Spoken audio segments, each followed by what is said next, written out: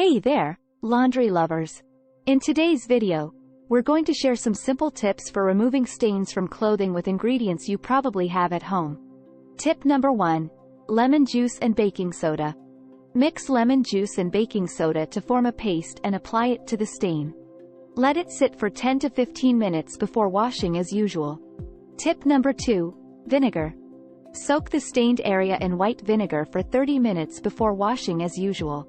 Vinegar is great for removing stains caused by sweat or deodorant. Tip number 3. Salt. Pour salt over the stain and let it sit for a few minutes before washing as usual. Salt is great for removing stains caused by red wine or coffee.